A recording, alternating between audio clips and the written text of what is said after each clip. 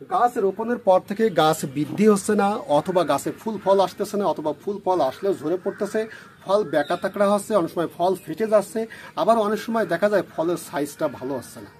এই যে বিষয়গুলো অন্তত কিভাবে সলভ করবেন, তাই আজকের এই ভিডিওতে জানানোর চেষ্টা করব আসলে কিভাবে এই সমস্যার সমাধান করবেন, কি প্রয়োগ করতে হবে মাটিতে, যেটা সামান্য একটু পরিমাণ যদি দিতে পারেন সেক্ষেত্রে এই সমস্যাগুলো সলভ হয়ে যাবে।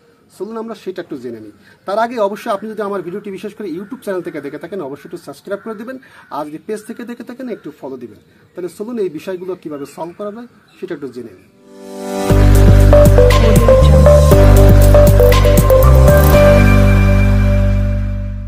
অনেক সময় হয় কি, লক্ষ টাকা ব্যয় করেছেন অথচ সেই জিনিসে সফলতা পাননি, অথবা 5 টাকা ব্যয় করেছেন সফলতা পেয়ে গেছেন। তাই এরকম অনেক বিষয় আছে। তাই এমন এমন জিনিস আছে, বিশেষ করে এই যে গাছের ফুল ঝরে যাওয়া, ফল ঝরে যাওয়া, ফল ফেটে যাওয়া, ফলের কালারটা ভালো হয় না, সাইজটা ভালো হয় না, গাছ বৃদ্ধি হয় না, এই বিষয়গুলো যদি বিশেষ করে মাটি প্রস্তুত করার সময় সামান্য একটু দেওয়া যায় এবং ফুল আসার আগে যদি একটু স্প্রে করা যায় অথবা ফলে স্প্রে করা যায়, সেক্ষেত্রে অনেকটাই কিন্তু বিশেষ করে ফুল ফল দ্বিগুণ হারে হয়, গাছ বৃদ্ধি হয়, এই বিষয়গুলো কিন্তু সলভ হয়ে যায়। তাই সেই জিনিসটা আমরা অনেকে হয়তো জানি না।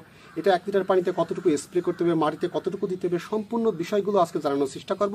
তাই সঠিক নিয়মে বিশেষ করে প্রয়োগ করার চেষ্টা করবেন। আমি যে নিয়মে বলবো তো সেটা কি জানেন? বোরন সার। এই যে বোরন সারটা, এটা অনেকে হয়তো মূল্য দেন না, কিন্তু আসলে এর অনেক মূল্য, অনেক গুণ ক্ষমতা গাছের ক্ষেত্রে বিশেষ করে। যেমন দেখেন, এটা কতটুকু পরিমাণে মাটিতে ব্যবহার করতে হবে। আমরা অনেক সময় ছাদ বাগানের টবে বিশেষ করে ফলের গাছ, ফুলের গাছ, সবজি চাষ করি।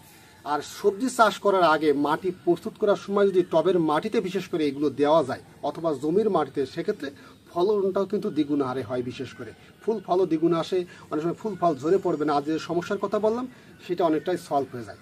তাই সঠিক নিয়মে প্রয়োগ করতে হবে। যেমন দেখেন, 6 ইঞ্চি থেকে 8 ইঞ্চি একটি টবে যদি আপনি গাছ বসান, যে কোনো গাছ, ফলের গাছ হোক, ফুলের গাছ হোক, অথবা সবজি চাষ করেন, 1 চামচ পরিমাণ এই বোরন সারটা মাটির সাথে মিশিয়ে দিবেন। এবার যদি 12 থেকে 16 ইঞ্চি একটি টবে গাছ বসান, সেক্ষেত্রে 1 থেকে 1.5 চা চামচ পরিমাণ 1 থেকে 1.5 চা চামচ পরিমাণ এই বোরন সারটা মাটির সাথে মিশিয়ে দেবেন। এটা হচ্ছে বিষয়। হাফ ড্রামে যদি লাগিয়ে থাকেন, সেক্ষেত্রে 3 থেকে 4 চা চামচ পরিমাণ এই বোরন সারটা মাটির সাথে মিশিয়ে বিশেষ করে গাছটি রোপণ করবেন সঠিক নিয়মে। তবে অবশ্যই মাটি প্রস্তুত করার সময় আপনি খেয়াল করবেন যে সমস্ত জৈব সার অথবা অন্যান্য সারগুলো সঠিক নিয়মে দিচ্ছেন কিনা সেদিকে একটু খেয়াল করবেন। তাই টবের ক্ষেত্রে 6 ইঞ্চি থেকে 8 ইঞ্চি, 12 থেকে 16 ইঞ্চি অথবা হাফ ড্রামের জন্য যে নিয়মে বললাম এই নিয়মে বিশেষ করে দিয়ে যাবেন। আর জমিতে যদি হয়, সেক্ষেত্রে প্যাকেটের পিছনের অংশ অন্তত দেখে নেবেন 5 শতক জমির জন্য কতটুকু পরিমাণে দিতে হবে। সম্পূর্ণ বিষয়গুলো স্টেপ বাই স্টেপ দেওয়া আছে। বিশেষ করে অনেকেই বলছেন যে আমার গাছের ফুলগুলো ঝরে যাচ্ছে এবং গাছের বৃদ্ধি হচ্ছে না, অথবা গাছের ফলগুলো ফেটে যাচ্ছে, ফলের কালারটা ভালো হচ্ছে না। আসলে ওই সময়টায় বিশেষ করে 1 লিটার পানিতে যদি 1 গ্রাম হারে এই বোরন সারটি বিশেষ করে স্প্রে করে দেওয়া হয় প্রতি 15 দিন অন্তর, কমপক্ষে 2 বার, সেক্ষেত্রে এই যে ফুল ঝরে যাওয়া, ফল ঝরে যাওয়া অথবা অন্যান্য যে বিষয়গুলো বললাম সেটা কিন্তু একদমই সলভ হয়ে যাবে। তবে অবশ্যই মনে রাখবেন, সেই গাছটিতে যদি পোকামাকড়ের আক্রমণ থেকে থাকে সেটাকে আপনাকে প্রতিরোধ করতে হবে। আর সঠিক নিয়মে মাটি প্রস্তুত করে বোরন সারটা দেওয়ার, সেক্ষেত্রে দেখবেন যে এই যে বোরন সারের ঘাটতি, ফল ফেটে যাওয়া, ফলের কালার হয় না, ফল বড় হচ্ছে না, অথবা ফুল ফল ঝরে যাচ্ছে, এরকম যে সমস্যাগুলো সেটা সলভ করে দেবে বিশেষ করে এই বোরন সারটি। তাই চেষ্টা করবেন মাটি প্রস্তুত করার সময় অথবা ফুল ফল ঝরে পড়ার আগ মুহূর্তে অথবা ফল থাকা অবস্থায়ও আপনি স্প্রে করতে পারবেন, তবে গাছে ফুল ফোটা অবস্থায় স্প্রে করবেন।